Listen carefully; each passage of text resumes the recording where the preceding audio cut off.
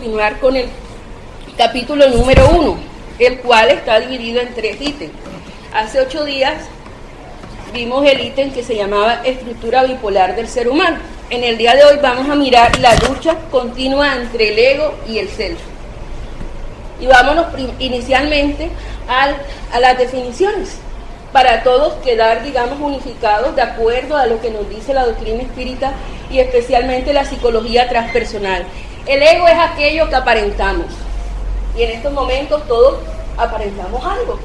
Adicionalmente, al ego le gusta el aplauso, le gusta la apariencia, le gusta que que le den pleitesía. Y por supuesto, como en el ego hay bastante orgullo, nos genera varios conflictos, tanto a nivel individual como a nivel grupal.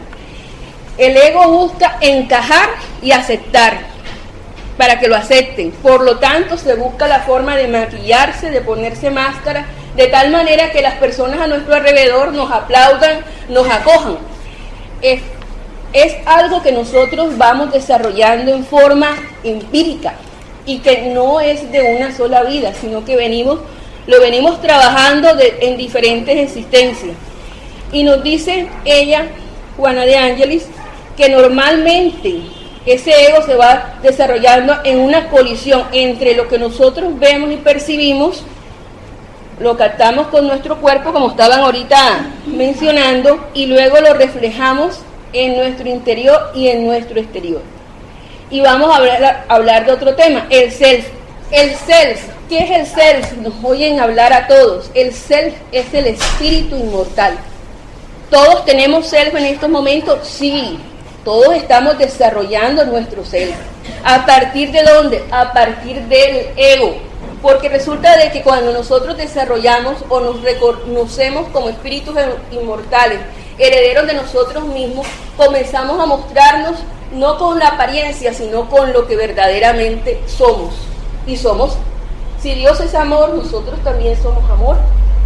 Lo que pasa es que se nos olvida. No somos oscuridad como algunos piensan, sino por el contrario, es luz. Al igual que el ego se va desarrollando o puliendo en las diferentes reencarnaciones y está destinado a la plenitud.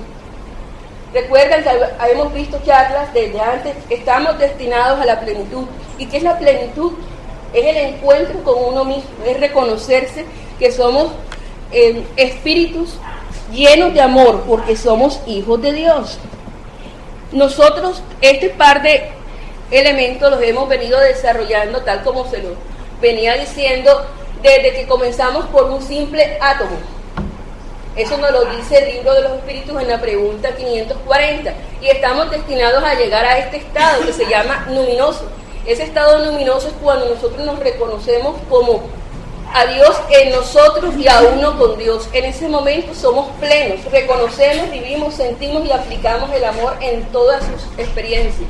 Y ella nos dice, todo esto, para llegar a este estado, hemos pasado por todo este desarrollo de la conciencia, en donde pasamos por los diferentes reinos de la naturaleza, en donde hubo una evolución anímica, tal como nos lo dice en la pregunta número 23, cuando nos dice de que el espíritu pone minúscula, como a veces a los estudiantes de mediunidad no los preguntan, ese es el principio inteligente. Y cuando hablamos de la E mayúscula, que es aquí que somos humanos, es el espíritu inteligente, pero ya individualizado. Para poder llegar acá hemos pasado por aquí. Desarrollamos una inteligencia primaria entre lo cierto y lo falso, que es el empirismo que estábamos viendo, entre el placer y el sufrimiento. Y pasamos de este ego que hemos construido aquí a este self, que también lo hemos construido aquí. Pero ese self sale precisamente del ego. Indiscutiblemente también pasamos entre los diferentes sexos, masculino y femenino. Y resulta de que en ese tránsito entre ambos sexos también vamos desarrollando las diferentes cualidades. La sensibilidad en el ser humano, de las mujeres, por ejemplo, y también la fortaleza de los hombres. Entonces, nosotros en todo esto vamos desarrollando. Cuando llegamos al estado nominal o de ser humano, en ese momento comienza esta despertar de conciencia, en donde nos identificamos con el Creador y comienza ese desarrollo, esa transformación, esa dilución del ego al self. Jung decía en el capítulo anterior que el objetivo esencial de la existencia humana consiste en permitir que el individuo adquiera su totalidad, es decir, su estado luminoso, que le proporciona el equilibrio pleno entre los dos polos opuestos, que es el ánima y el ánimo, el masculino y el femenino. Nos dice que cada vez que nosotros tratamos de aspirar a algo bueno, encontramos una oposición, no en el exterior, como a veces nosotros creemos, en nuestro interior. Por ejemplo, el hecho de venir aquí esta tarde, una parte le decía algo dentro, pero tú qué vas a hacer un sábado allá a las 3 de la tarde, tan sabroso que estuvo el almuerzo, tan sabroso que está el clima, vas a irte a meter ese sitio allá abajo, en el centro, donde está todo congestionado, donde hay un desorden tremendo. ¿Tú qué vas a hacer allá? Una parte de ti sabe, yo quiero mejorar, yo quiero estar bien, pero tienes esa vocecita interior que te dice, no lo hagas. ¿Para qué? En ese momento, cuando nosotros tratamos de pasar de algo, de salir de nuestra zona de confort para algo nuevo, en ese momento aparece ese yo opositor, ese ego que no quiere dejar, en teoría, aparentemente, desarrollar el self. Entonces, ¿qué pasa aquí? Nos dice Jung, resulta de que esa dualidad, ese interés de salir, de mejorar, todos los seres humanos lo tenemos.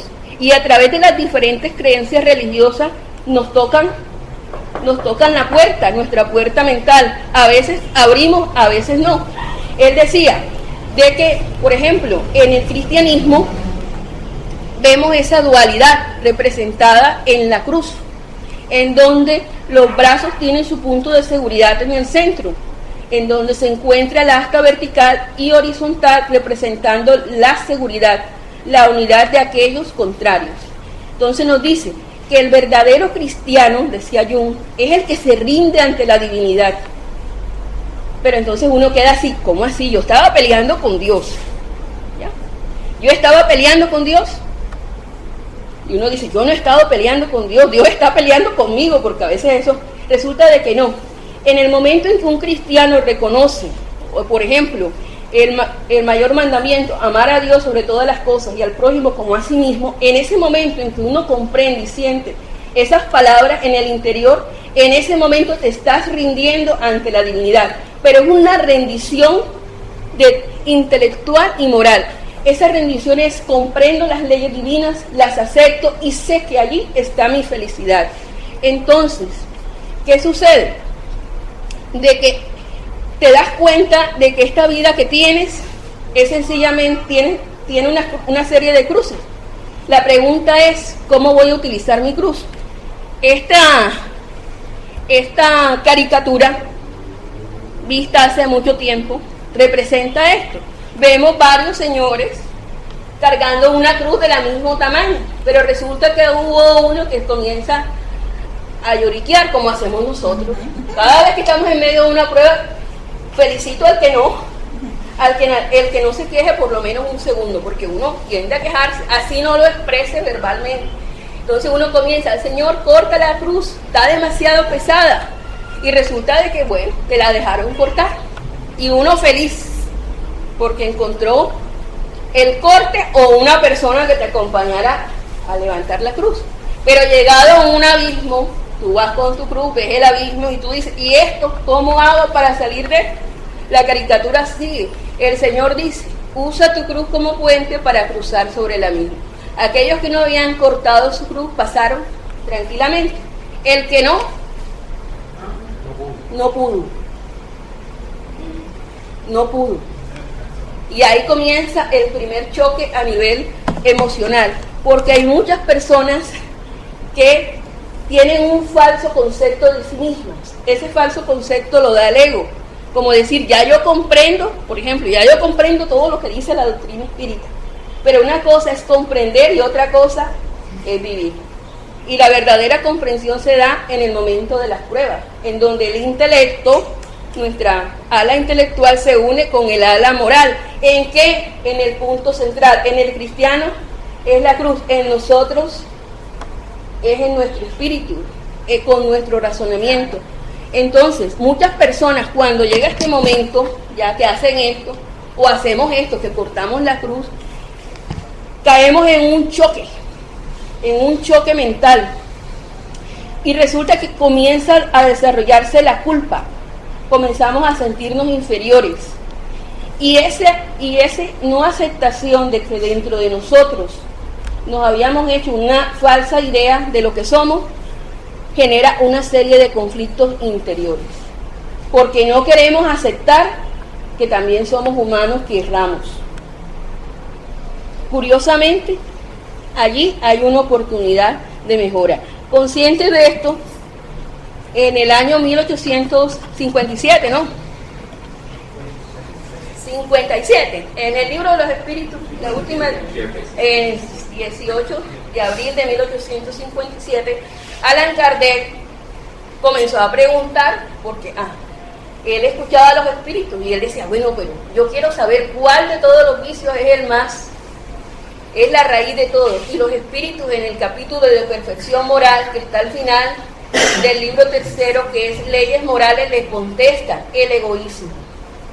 Y uno se pregunta, pero ¿por qué entonces, si es el egoísmo, Félix en la clase de reforma íntima y en otras clases nos tienen con el orgullo, como que el orgullo, pero ¿por qué afectamos tanto el orgullo si aquí están diciendo que es el ego? Porque resulta de que el orgullo lo define Allan Kardec como la catarata que te oculta la vista, que no te deja ver bien con el alma.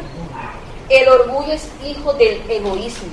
Entonces, para poder ir a la causa raíz, que es el egoísmo, tenemos que pasar por nuestro hermanito, que es el orgullo, que no nos deja ver y es el que, digamos, nos mete en problemas, pero a la vez es el que nos puede dar la herramienta a través de la humildad para dar el paso hacia la caridad.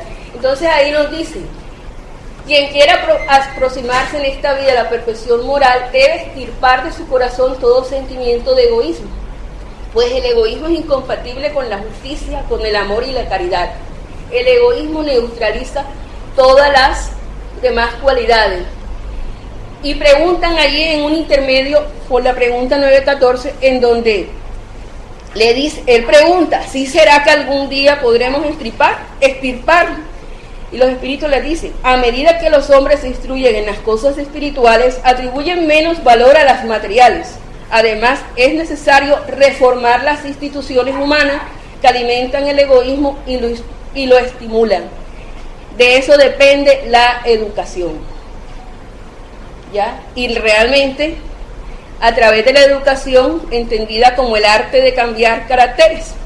Y aquí se junta una pregunta adicional, y es, ¿qué tan egoísta soy? No qué tan egoístas son conmigo, sino qué tan egoísta soy yo. ¿Hasta dónde llega mi nivel de egoísmo?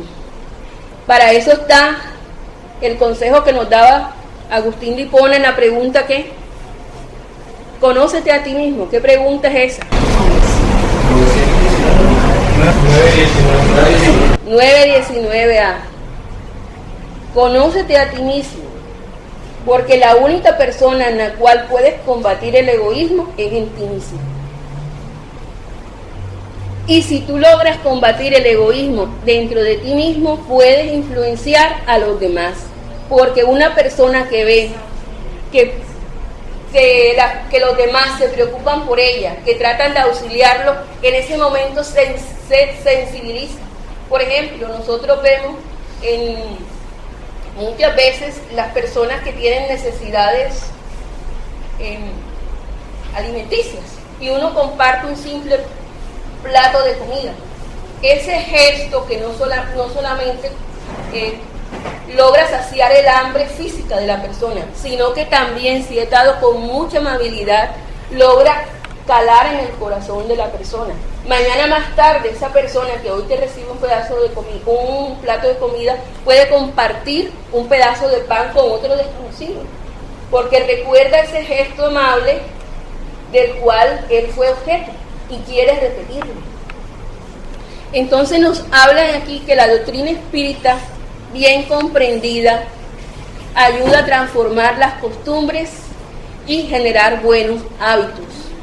Cuando uno logra esta transformación, puede hacer, digamos, un impacto a nivel social. Los impactos a niveles sociales que mucha gente quiere comienzan en impactos personales. Si no, no sirven. Y quedamos aquí, Carmen quedó aquí la vez pasada. Cuando nosotros estamos en esa lucha del conocimiento de uno mismo,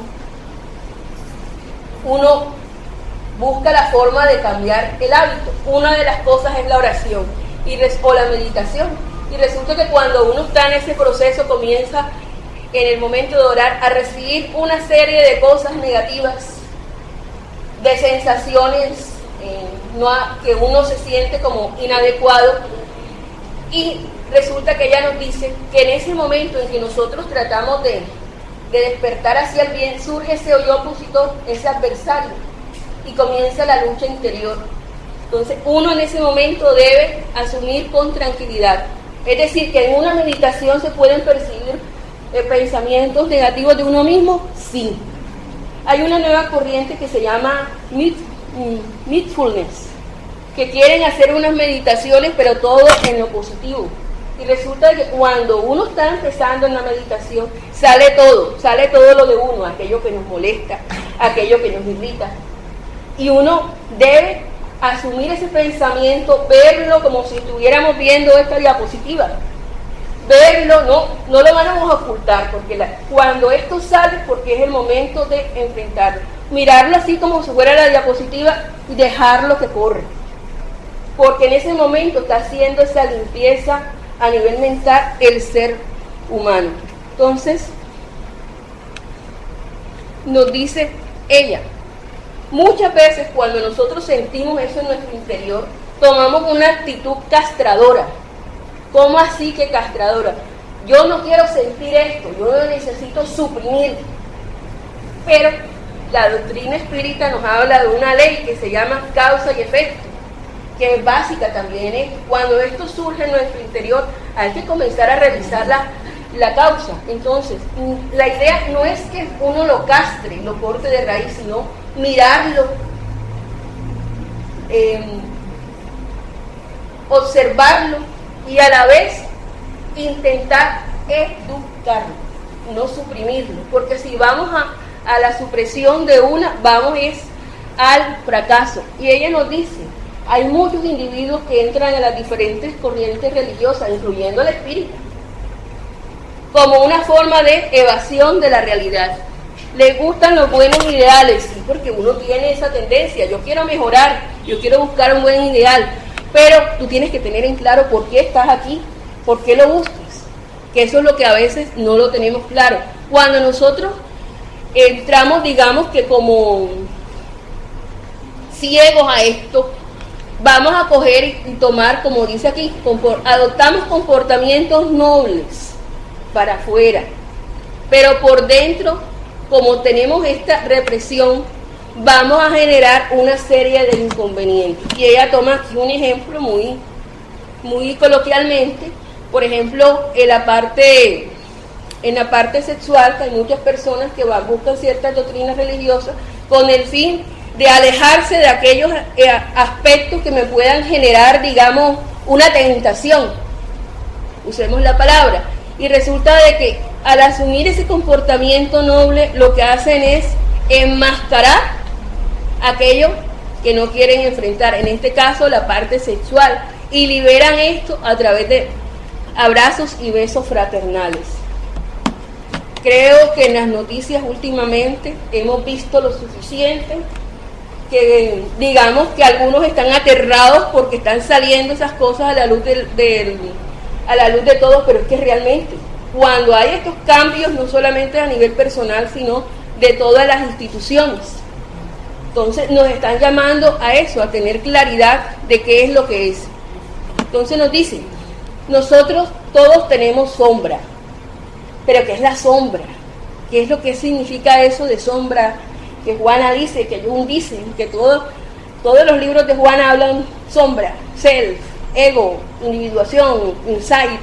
Bueno, la sombra en el libro Triunfo Personal nos la define ella como el lado oscuro de la personalidad. Puede ser analizada como la herencia de los actos innobles o infelices que el espíritu desearía olvidar o negar, pero que prosiguen como un mecanismo de punición. Punición es que nos hace daño, que nos duele, que nos machaca, dando lugar a conflictos y complejos perturbadores, expresándose en sombra densa. Y nos dice, cada uno de nosotros tenemos sombra. Todos. Por ejemplo, una sombra que a veces queremos ignorar, a veces no sabemos perdonar. No queremos perdonar, nos llenamos de resentimiento. Esa es una sombra que todos de los que estamos aquí presentes tenemos. Unos ya han logrado superarla, diluirla, como nos dice aquí, es decir, aceptarla. ¿Qué es diluir? Yo entiendo, por eso es que es tan importante el conocimiento de sí mismo. Yo identifico aquello que puedo cambiar, ¿ya? De entrada, porque todos identificamos, pero rara vez nos ponemos una serie de tareas personales con el objetivo de desarrollar la voluntad y superarla. ¿Cómo sabemos nosotros que esta sombra está en nosotros, que no la hemos diluido? Por ejemplo, una persona que nos haya, entre comillas, hecho daño y que nosotros digamos a los cuatro vientos que ya la hayamos perdonado. En el momento en que nos las ponen, porque el plano espiritual superior, en ese proceso educativo, como dicen coloquialmente, no come cuento.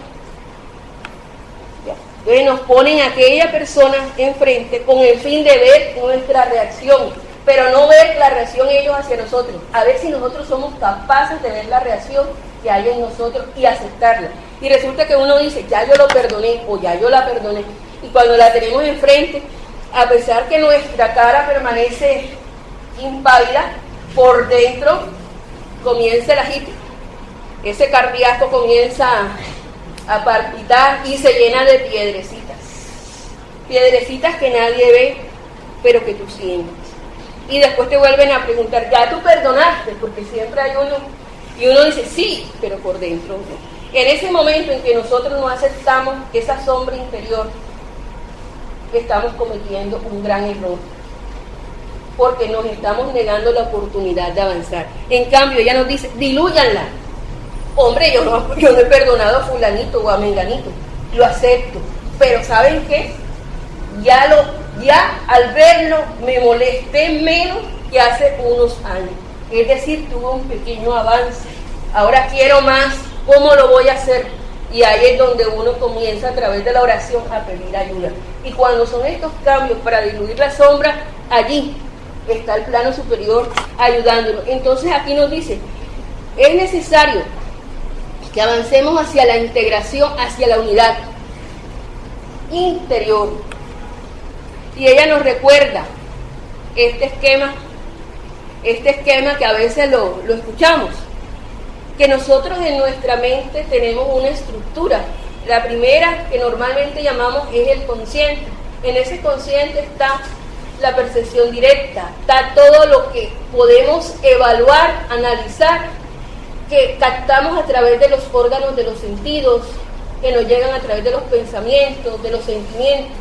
En este consciente nosotros almacenamos, incluso sin darnos cuenta.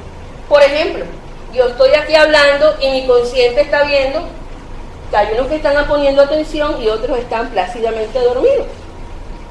Puedo captar eso y lo voy almacenando. ¿Y yo qué voy a hacer con esa información? Dirán algunos. ¿Para qué le va a servir a Belén esa información después? Precisamente para cuando hayan ciertos eventos, saber, sí, pero a este fulanito, esta fulanita, el día que se dio la charla, no necesariamente es la que uno está dando aquí, en ese día le dijeron cómo podía solucionarlo y bueno, como que no entendió, queda uno allí. El inconsciente, que es el que este inconsciente y superconsciente muchas veces los une. En el inconsciente tenemos el sótano de la psiquis, los famosos cuartos de San Alejo, ¿ya? Allí archivamos experiencias, las energías de las experiencias en las reencarnaciones, la biblioteca de aprendizaje. Aquí tenemos lo bueno, lo malo, lo feo que hicimos o que nos hicieron. Y tenemos el superconsciente, que es donde encontramos la intuición, en donde los fenómenos no los analiza, sino que los experimenta, y está ubicado en los lóbulos frontales del cerebro. En los lóbulos centrales del cerebro es donde está nuestro desarrollo como principio espiritual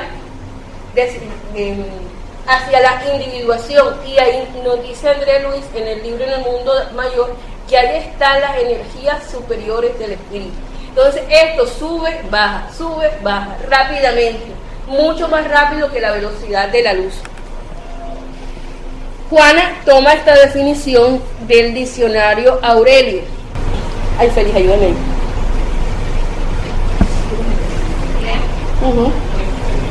De alguien que esté de frente. El ego en el concepto freudiano, según lo ha definido muy bien el diccionario Aurelio, es la parte más superficial del ello, la cual modificada con influencia directa del mundo exterior a través de los sentidos, y en consecuencia hecha consciente, tiene como función la comprobación de la realidad y la aceptación, mediante la selección y el control de parte de los deseos y las exigencias procedentes de los impulsos que emanan de él. Bueno, Jung presentaba que nosotros tenemos en nuestro interior un iceberg en nuestra mente, en donde tenemos el 5% en la conciencia y el 95% en el inconsciente. O sea que nos falta bastante por descubrir de nosotros mismos. Si nada más tenemos el 5, tenemos el 95. Y en ese 95 está aquello que nosotros queremos ser. Entonces, aquí en este ego que está aquí, miren, está cerquita, como dice aquí, cerquita de la zona de la conciencia. Por eso es que él es tan, digamos que tan importante, porque él capta, sube información de aquí del inconsciente, de lo que hemos guardado, pero también capta de aquí. Pero resulta de que en el ego predomina muchas veces lo que ella nos dice aquí, el instinto, que están acá, los principios de placer y las compulsiones del deseo. Y nos dice ella, estos instintos son procedentes de las etapas primitivas de la evolución que se manifiestan en el querer dominar. El ego siempre quiere dominar. Y cuando esa dominación ocurre, nos alejamos de lo que nosotros queremos ser, de la solidaridad, de la fraternidad, de la tolerancia y del amor. Entonces, nosotros tenemos apenas el 5%. Un espíritu superior, más avanzado que nosotros, tiene esto aquí, 95% acá arriba y 5% acá abajo. Algún día llegaremos allá. A punta de trabajo, pero algún día. En el libro de los espíritus nos recuerdan, porque algunos dirían, entonces los instintos son malos. Allan Kardec, en el libro primero, Creación, Principio Vital, tiene un capítulo que se llama Inteligencia e Instinto. Y nos dice que el instinto es una inteligencia no racional. En la pregunta 73 está eso. Por medio de él, nosotros proveemos nuestras necesidades. Y nos dicen también en eso que a veces confundimos inteligencia con instinto. Y nos dice que el instinto también nos puede conducir al bien. En la pregunta número 75. Allan Kardec dice, el instinto es una inteligencia rudimentaria que difiere de la inteligencia propiamente dicha en que sus manifestaciones son casi siempre espontáneas, mientras que las de la inteligencia son el resultado de una combinación y de un acto deliberado. El instinto varía según sus manifestaciones según las especies y sus necesidades. En los seres que tienen la conciencia y la percepción de las cosas exteriores, el instinto se alía con la inteligencia. que eso es lo que a veces nosotros no hacemos, esa alianza, es decir, a la voluntad y a la libertad. Vea cómo, ¿qué está diciendo Allan Kardec allí? Allan Kardec allí estaba diciendo hace más de 160 años que aquí hay una oportunidad de mejora en este ego, en este inconsciente. Cuando nosotros logramos manejar esa energía que viene del instinto y la subimos al consciente, pero ya un consciente razonado, un consciente educado, es decir, un consciente en donde no hay orgullo ni egoísmo. ¿Ya? Por eso es que dice la famosa pregunta 75A que nos persigue, la preguntita. Ajá. Esa preguntita creo que a ninguno de los que... ¿Puedo hacer una pregunta? Sí. La parte consciente y la parte inconsciente tienen mucho que ver con la edad, con la madurez de la persona. Depende de la persona. Y sí, a veces influye la edad, pero no son condiciones determinantes. Por ejemplo, usted ve muchos pelados ahora que son más conscientes y más responsables que muchos adultos. Y ve a muchos adultos que no quemaron ciertas etapas que son inmaduros. No necesariamente la edad cronológica coincide con la edad mental. Exactamente.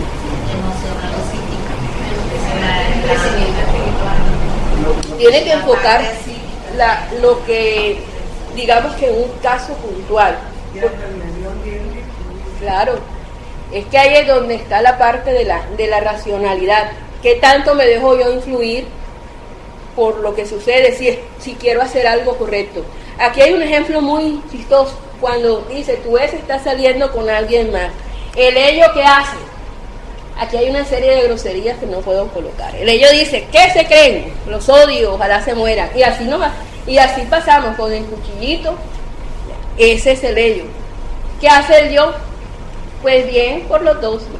A mí me da igual. ¿Qué hace el super yo? Supéralo. Tú estás por encima de ese intento de persona. Es un ejemplo chistoso. Pero así actuamos nosotros. A veces pasamos entre los tres estados y no nos damos cuenta. Nos dice Juana, el ego enmascara el personalismo. Ese personalismo guarda las herencias groseras de nosotros y se manifiesta en que ese personalismo, en querer someter a los demás.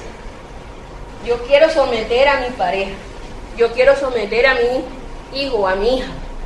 Y nos dice ella, mira, cuando tú asumes esa actitud de prepotencia, de sometimiento a los otros, lo que estás manifestando es que tienes un problema de relación contigo mismo. No eres capaz de liberarte de las situaciones en que tú mismo te encuentras. Cuando vemos esas personas que quieren imponerse, que son prepotentes, realmente son personas que están enfermas. Y nos dice, nosotros siempre vamos a tener esta lucha, pero hay que saber manejarla. Y nos dice, ¿qué es la personalidad? Porque están hablando de la personalidad. En el libro El ser consciente, ella la define. Dice que la personalidad es la apariencia que nosotros le presentamos a los demás. No somos nosotros mismos.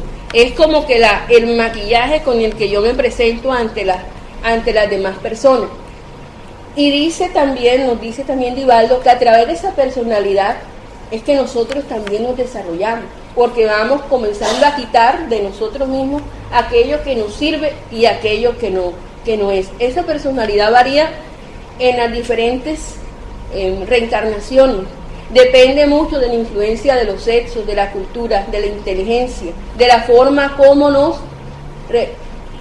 relacionamos. En esa personalidad está lo que nosotros hicimos ayer. Entonces, ella nos dice, nosotros tenemos que asumir nuestra realidad de lo que realmente somos, para crecer, para liberar nuestros contenidos mentales, hasta tener la perfecta armonía entre el ser y el parecer. Hay un refrán que dice, la mujer del César no solamente tiene que serlo, sino parecerlo. Fue una frase contundente que dijeron hace mucho tiempo. Pero aquí ella nos dice, es necesario que haya armonía entre lo que eres y lo que aparentas. ¿Y cómo se logra esa armonía? Ubicándonos en lo que se es.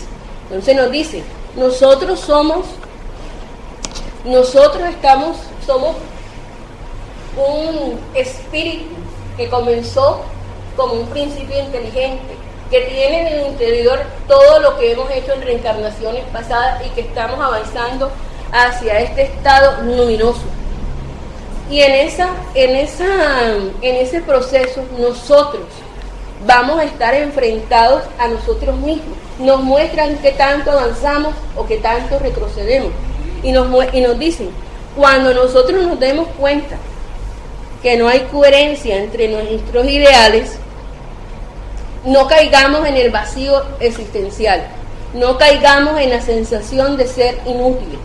Por ejemplo, una persona que lleve muchos años en la doctrina espírita, le ponen las charlas de perdón, de resentimiento, y todavía no ha logrado, por lo menos, comenzar a diluir esa sombra de perdón, de falso perdón, y le ponen a la persona, digamos que entre comillas, el elemento que te va a ayudar a ver qué tanto ha avanzado, y te das cuenta de que no has logrado perdonar, tú no puedes caer en ese vacío existencial. Entonces, ¿yo para qué duré tantos años en la doctrina espírita?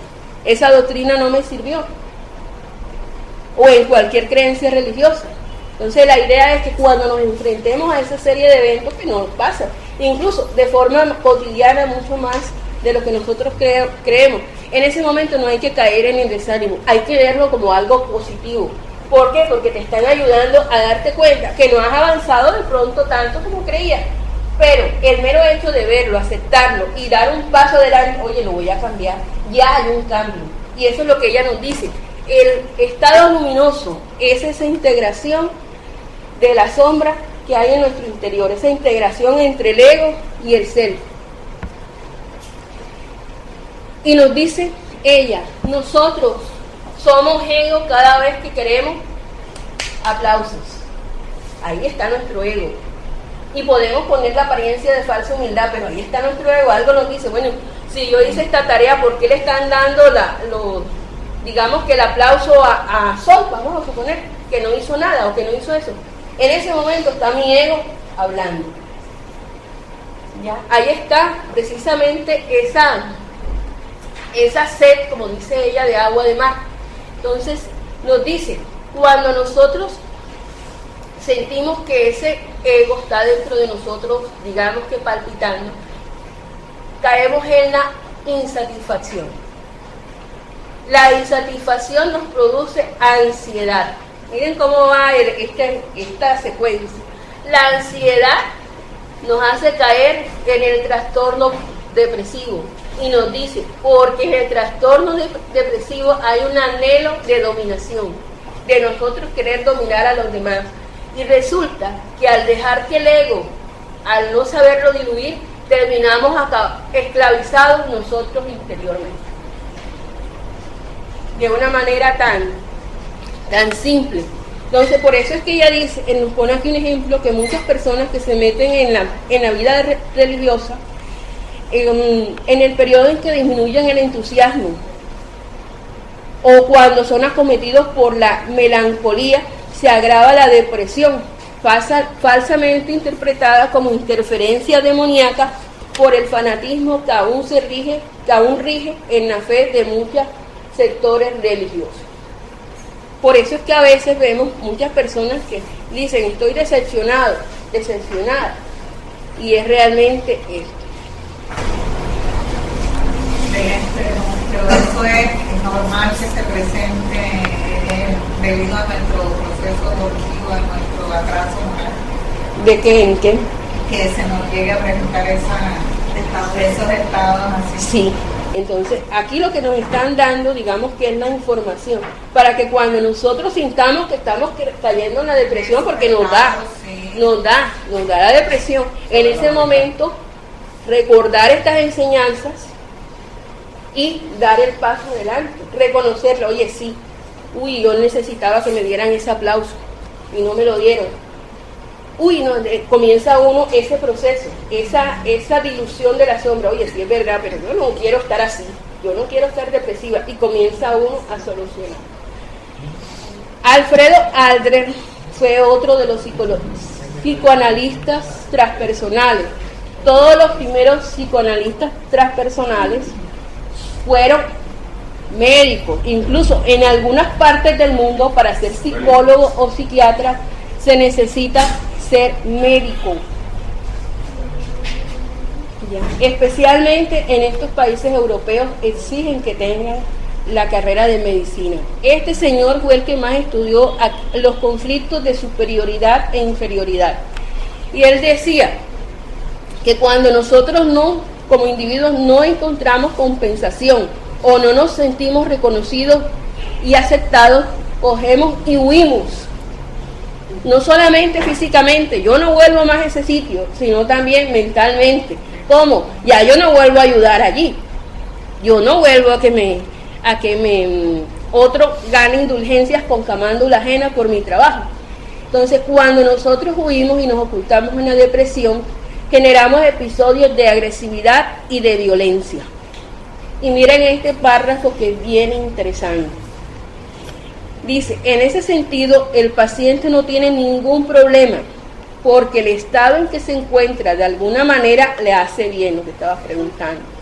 Aunque sí se convierte en un problema para el agrupamiento social saludable, se convierte en un factor de preocupación para los otros, a los que busca manipular y dominar. A veces nosotros inconscientemente, cuando caemos en estos estados, tratamos de manipular y de dominar. En la doctrina espírita hay una expresión bien, digamos, que tiene la DEA. La DEA es esto, que está aquí. Depresión, ¿qué es la depresión? Exceso de pasado. Estrés, exceso de presente. Ansiedad, exceso de futuro. Y aquí hay que hacer una cosa. Cuando nosotros caemos en la depresión, también caemos en un estado de estrés y de ansiedad. Si caemos en la ansiedad, en estrés y en depresión. Es decir, que cuando nosotros presentamos uno de estos estados, estamos presentando los otros. Y no nos damos a veces cuenta. Dice, concientizar la sombra y diluirla mediante su asimilación en lugar de ignorarla es un paso avanzado hacia la perfecta identificación del ego y el self. Y nos recuerda la pregunta 835, que ese concientizar viene de conciencia, y la conciencia es un pensamiento íntimo que pertenece al hombre al igual que los demás pensamientos. Y cuando a mí me dicen concientizar la sombra es cambia de forma de pensar, para que puedas cambiar la forma de sentir y por lo tanto la forma de actuar. ¿Quién puede ver nuestra conciencia? Además de nosotros mismos. Dios, exactamente. Y aquí nos aclara en la 836 que el único que tiene el derecho de juzgar la conciencia es Dios. Entonces, diluirla es asimilarla, es decir, reconocer. Tengo esta imperfección, tú primero identificas, después la reconoces, después que la reconoces, la asimilas. ¿Cómo la asimilas? Mirando el plan de acción para cambiarla. Entonces tú divides ese plan de acción en metas de pequeños propósitos. Sí, normalmente ante aquella situación que a uno le molesta. Por ejemplo, yo detesto hacer filas, literalmente. Pero resulta de que ese detestar de hacer filas muchas veces utilizaba toda la influencia que tenía para saltarme a los demás. Es decir, ahí me dejaba ganar de mi prepotencia, de mi orgullo, de la impaciencia. Ahí dominaba y manipulaba a mi antojo. ¿Qué me tocó hacer? Vamos a poner el ejemplo. Me tocó hacer filas. Para que de esa manera, que algo que a mí personalmente me chocaba, pudiera ir yo bajándole, hasta lograr, digamos, que estabilizarla hasta cierto punto. diluirla mediante la concientización o concienciación del proceso que tiene. Pero es diferente. Estamos hablando de la sombra, ¿no? Sí, por eso de la sombra. No, pero concienciar es una cosa, ¿cierto?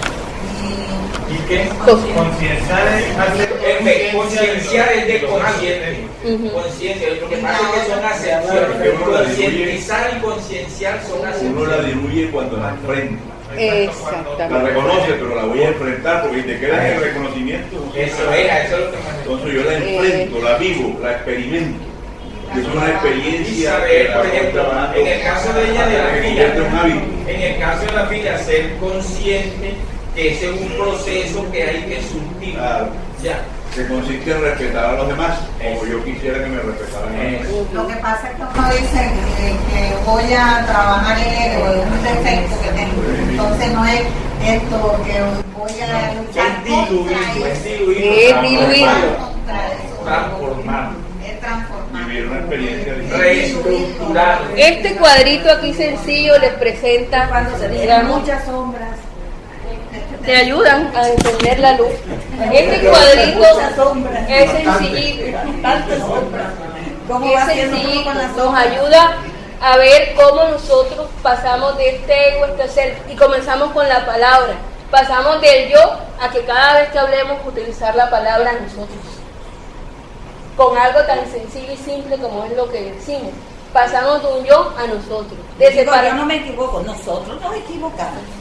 Pasamos de la separación a la unidad, de la culpa o censura al entendimiento, de la hostilidad a la amistad, del resentimiento al perdón, del egoísmo al altruismo, de la autoimportancia al nosotros, de la autonegación a la autoaceptación, de la intolerancia social, de la que a veces nos enmascaramos bastante, a la acepción social, viviendo a la altura del esto o del qué dirán, que es el ego, a la simplicidad, del ego haciendo al solo ser. Jung identificó estos dos yoes, que son el ego y el ser, y nos dice, el ser siempre es bueno y gentil, mientras que el ego es en nuestro lado feroz, vulgar, licencioso, negativo. Se podría decir que en el individuo posee dos almas en continuo antagonismo dentro de lo infinito de sí mismo. Hay una frase que usan, dicen que es de los indios Cherokee, es que en el hombre habitan dos lobos, uno bueno y uno malo. Y preguntan, bueno, ¿y cuál de los dos lobos va a ganar esa disputa que hay en nuestro interior? Y decían los sabios indígenas, el que alimente más. Depende de cada uno. Por eso es que les estaba diciendo, aunque nosotros vemos esto y nuestra mente tiende a saltar, uy, si esto lo escuchara mi esposa, si esto lo escuchara mi hijo, mi pareja, nuestra mente salta, es nuestro ego el que dice, es fulanito, menganito, transferimos la responsabilidad y nosotros tenemos que ver, qué tan egoísta soy. ¿Sí será que estoy diluyendo mi sombra? Nos dice aquí, estas expresiones se manifiestan en la conducta humana cuando en público se aparenta una forma de ser, mientras que en el hogar o la familia o a solas se mantiene otra muy diferente. Lo que representa gentileza se transforma en malestar, amargura y aspereza. Palabras más, palabras menos. Nosotros tenemos que ser claridad en todo momento, no claridad en la calle y oscuridad en la casa. Allan Kardec, en la pregunta 828, hizo esta misma pregunta, en otra forma, escuchen. ¿Cómo se pueden conciliar las opiniones liberales de algunos hombres con el despotismo que suelen ejercer en su propio hogar y sobre sus subordinados? Y le contestaron los espíritus superiores. Tienen la comprensión de la ley natural, pero se hallan neutralizada por el orgullo y el egoísmo. Comprenden lo que deben hacer, pero no lo hacen, salvo cuando teatralizan sus principios a fin de obtener algún provecho de ellos. Este libro, en Encuentro con la Verdad, Juana se lo dedica a Allan Kardec, por eso es que estamos tocando las preguntas del libro de los espíritus. Entonces, ¿Qué debemos hacer con nuestra lucha interior? Todos tenemos nuestra lucha. Primero, tenemos que aceptar con naturalidad esos opuestos en nuestro interior. Esa sombra hay que aceptarla. Es lo primero que hay que... No la sombra del otro, mi sombra. Porque siempre tenemos a tender a transferir. ¿Por qué? Porque necesitamos tener armonía en nuestro interior. En el comportamiento social no es necesario enmascararse con cualidades que no se poseen. Es decir, hay que tratar ser uno mismo. Pero tampoco podemos exponer las aflicciones internas que tenemos, porque no todo el mundo va a comprender nuestro lado negativo o aquello que nos duele. También tenemos que asumir lo que somos, lo que se es, administrando a través de la educación, fuente generadora de valores edificantes y ennoblecedores, los impulsos del deseo y el placer, transformándolos en emociones de bienestar y de alegría, de modo de salir del área de las sensaciones dominantes. Esa es la manera más eficiente para disminuir la lucha entre los arquetipos básicos de la vida humana. En la doctrina espírita hay una área que se llama, ¿cómo, Félix? Sin querer, reforma íntima. Reforma íntima, porque la doctrina espírita es aplicación. Y en esa reforma íntima es cuando uno comienza a hacer este estudio que se hace, la teoría allí en la sala, pero la práctica es en la casa. Muchas veces nos quedamos con la práctica que nos mandan guardadas. ¿Quién se está perjudicando allí? Nosotros solitos. La ventaja es que nosotros también, tomando las riendas de nuestra vida, podemos mejorar. ¿Cuál es el espiritismo en esta lucha? O sea, ¿cuál es el aporte? Recordemos que la doctrina espírita tiene un triple aspecto: el filosófico, el científico y el religioso. Pero esta religión se mira como la palabra religare, como creencia. Una creencia no solamente aquello que se comprende intelectualmente, sino que se practica. Y nos dice, la religión, el espiritismo se debe ver como una religión racional, es decir, una creencia en donde la razón tiene que estar educada, no solamente con el conocimiento intelectual, sino con la educación moral. Con la educación moral, dejando a un lado el orgullo y el egoísmo. No es castradora. Es decir, aquí hay que mostrarse tal cual como son. No te vas a poner ese comportamiento innoble, porque en esto aquí uno detecta bastante. Si no es optimista, hoy fallaste, mañana lo harás mejor. Ese es el optimismo, pero es un optimismo aplicado. Nos invita a asumir nuestras dificultades, no las ajenas, sino las que podemos manejar. Nos dice, eso que estamos viviendo tienes que trabajarlo con naturalidad. No te debes poner a parecer lo que no has logrado hacer. Sé tú mismo, porque de esa manera es que vas desarrollando tu ser inmortal. Y ese ser inmortal, el objetivo es unirte a la divinidad, sin los artificios que agradan a los individuos frívolos y superfluos con comportamientos existenciales e indebidos. Por lo tanto, la lucha que existe entre el ego y el self es saludable, porque significa una actividad continua en el proceso de crecimiento, y no una postura estática, amorfa, que representa una muerte psicológica del ser existencial. Y nos dice que es humanizarse, es sencillamente integrarse. Miremos la figura, verse a ese espejo tal cual como es uno. Habrá momentos en que esa dama va a estar arreglada, habrá momentos en que parecerá una loca. Ya. O un loco, los caballeros también se despeinan. Ya. O un loco. Pero en ese momento en que nosotros nos vemos como individuos, con nuestras fallas, con nuestros aciertos, es que nosotros nos integramos. Es cuando nosotros comprendemos al prójimo. Porque recuerden el mandamiento: amar a Dios sobre todas las cosas y al prójimo como a ti mismo. Si no sabes amarte a ti mismo, ¿cómo vas a amar a los demás? Esta es la última diapositiva. Jesucristo fue determinante en demostrar su plena integración con el Padre cuando anunció: el Padre y yo somos uno. Estado luminoso. El estado luminoso. Y curiosamente hay algo: el estado luminoso es al cual podemos aspirar en el planeta Tierra. Después del estado luminoso hay más. ¿Cuál no? hasta allá no llego, pero por lo menos hay más. Y nos dice, esa identificación es que Jesús sentía al Padre dentro de sí, que ese ego y ese self, Jesús ya las había trabajado en otras existencias, en otros planetas. Esa sombra había sido diluida. Por eso es que nos comprende tanto, porque vivió, sintieron lo mismo que nosotros y lograron superarlo. Por eso es que tampoco nos hacen la tarea. Ellos acompañan como buenos padres y hermanos mayores, pero de hacernos la tarea, no. Y nos dice, Pablo también tuvo esa lucha entre el ego dominante y el ser altruista, hasta que proclamó, yo no soy quien vive, sino Cristo quien vive en mí. Y nos dice, Jesús era la luz del mundo, y Saulo, que se iluminó, diluyó su sombra a través del amor.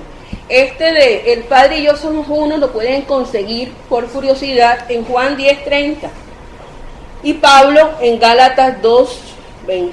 La palabra Cristo tiene una concepción bien interesante, es anterior a Jesús, significa que te has integrado con Dios, que has sido ungido, que eres un Mesías, un enviado. Eso es lo que dice, lo que quiere decir aquí. Sí, queda uno así como que, ¿será? No, sí, la palabra es incluso mucho más profunda. Incluso la remiten al santuario de Delfos que decía, conócete a ti mismo. Como dice la pregunta 9:19a. Compañeros, muchas gracias.